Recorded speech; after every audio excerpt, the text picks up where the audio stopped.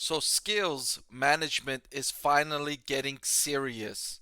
What do I mean by that? Well, I'll explain in this video by reviewing the company's fourth quarter earnings results, and then at the end of the video, I'll answer if this big change means that investors can finally buy Skillz stock. So I'll tell all of that in this video. You're not going to want to miss. Stay tuned. So Skillz revenue decreased by 57% in the fourth quarter to 46.9. That should be million, not billion.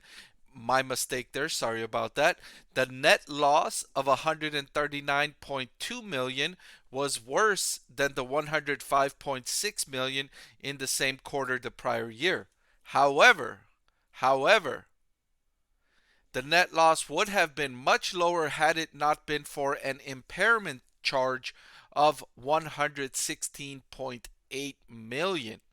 So if we take that off, right, if we remove that, if we put that aside, they would have only lost about 23 million on the bottom line, which would have been a big improvement from the 105 million they lost last year. Now, an impairment charge on long-lived assets, which is what Skillz recorded in the current quarter, is just an admission that these goodwill or these intangible assets that the company has, they're not as profitable as they initially estimated them to be. Now, I've been saying that the company has been overestimating some of its long-term value additive assets for several quarters now, so this was no surprise to me. This was one reason why I said at the beginning of this video that Skillz management is finally getting serious. They're finally leveling with investors and saying, okay, let's get real now. Let's take off our rose-colored glasses and let's actually start to tell it like it is. Let's actually start to manage this business like it is, like the reality we're facing, and not the reality that we hope existed and we hoped was what the reality was going to be, that we've been operating under this fairy tale vision for our company for several years now. And so now they're starting to get real and starting to level with investors, and I think it's a good sign. So, monthly active users collapsed to 1.29 million, down from 3.72 million in the same quarter last year. A huge drop, right? And then paying monthly active users, so not all of their monthly active users have actually deposited any money. The number that are actually paying fell to 235,000, down from 611,000 last year. So another huge drop there. The good news is the average revenue per paying monthly active user increased to $76.90. This was up from $58.20 in the same quarter the prior year. So it looks like Skillz decided to focus on high value customers and stop trying to get these low value customers to come onto the website and spending a lot of money trying to get these low value customers onto their website, onto their platform, right? And this is partly what I alluded to earlier in the video. For the longest time, Skillz had been telling investors that, look, our long-term value per customer is so high that we can afford to spend a lot of money to acquire these customers. That's what they've been telling investors, and investors have been telling Skillz, who are you trying to fool? Who are you trying to fool? As the stock price has fallen more than 90% off its highs over the last 2 years, investors have not been falling for that message from Skillz and listening to justification for why Skillz has been spending so much money on sales and marketing to acquire these customers, that they are trying to convince investors that have a very high long-term value, much higher than what we're spending now to acquire them. You're going to just wait and see, investors. You're going to see that these customers are going to be so valuable for us.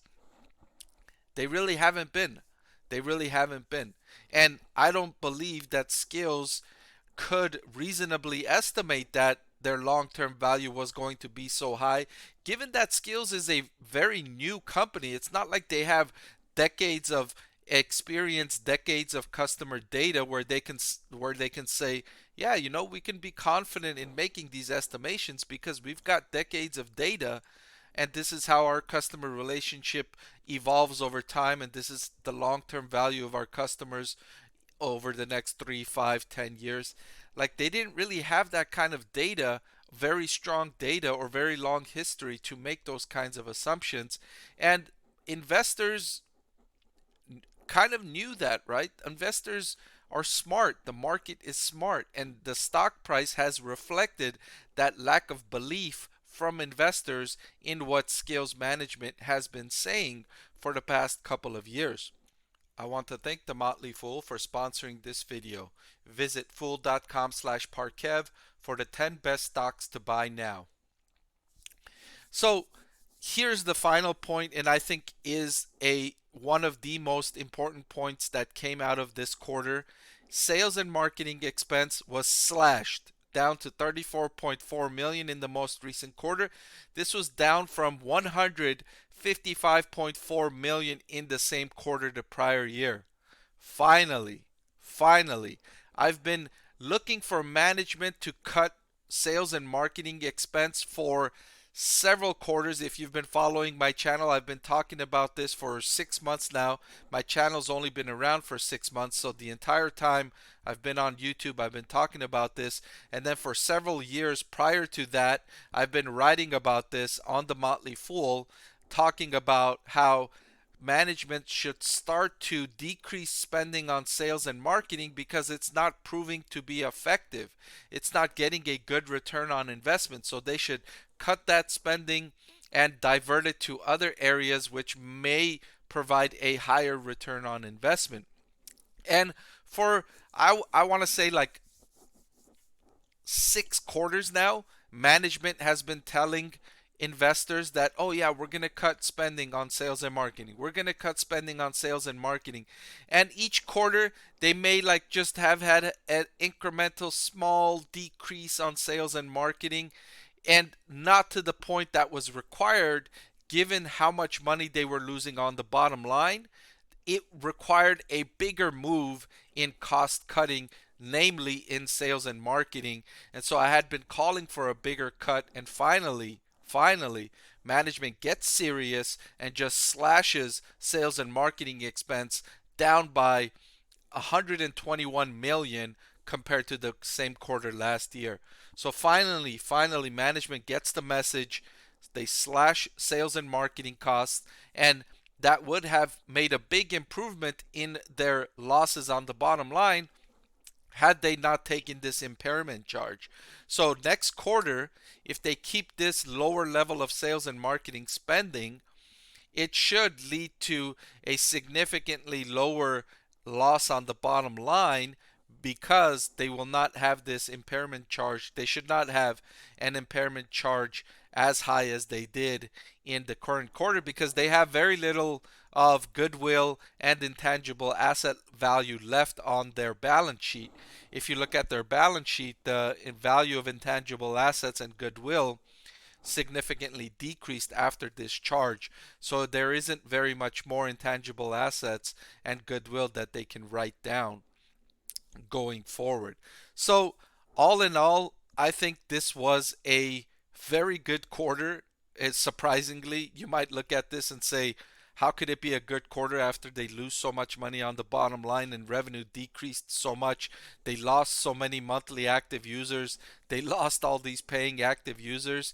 And I will say that it's a good quarter because I think management finally took the right step in shifting the strategy, reducing that sales and marketing expense, and really getting real and managing this business to the reality that exists, which is that their spending on sales and marketing is not leading to the types of customer acquisition, the types of customer spending that they were hoping for, that they were planning for. So finally, they make that change, and now I'm looking forward to this how the company evolves going forward. So I'm looking forward to a much smaller net loss on the bottom line next quarter and for several quarters beyond that, while the company tries to figure out a new way to attract customers and operate the business on a more sustainable level, right? If you're losing money, that's fine.